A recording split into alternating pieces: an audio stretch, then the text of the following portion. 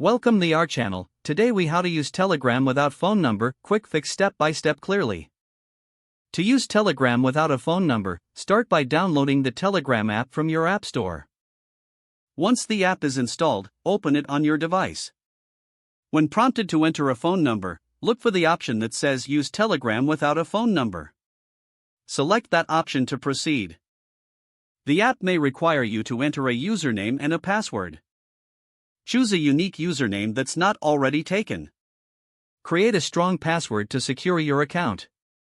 After filling in your details, complete the CAPTCHA to prove you are not a robot. Next, Telegram will guide you through the setup process. You may be asked to verify your account through an alternative method, such as using an existing social media account. Follow the prompts to link your account if prompted. Once you've completed the setup, you will have access to Telegram's features. You can now start chatting, joining groups, or channels as you wish. Keep in mind that using Telegram without a phone number may limit some functions, such as recovery options. Explore the app and familiarize yourself with its features. Enjoy using Telegram securely and privately without a phone number. If the page does not load, refresh the browser or try again in a private or incognito window. Make sure you are using the correct email address, then retype it carefully to avoid small typos. If your password is not accepted, use the reset option and create a new strong password you can remember. Check your spam folder for verification or security emails, then complete any requested confirmation steps. Enable two-factor authentication if available to improve account security and reduce unauthorized access risk.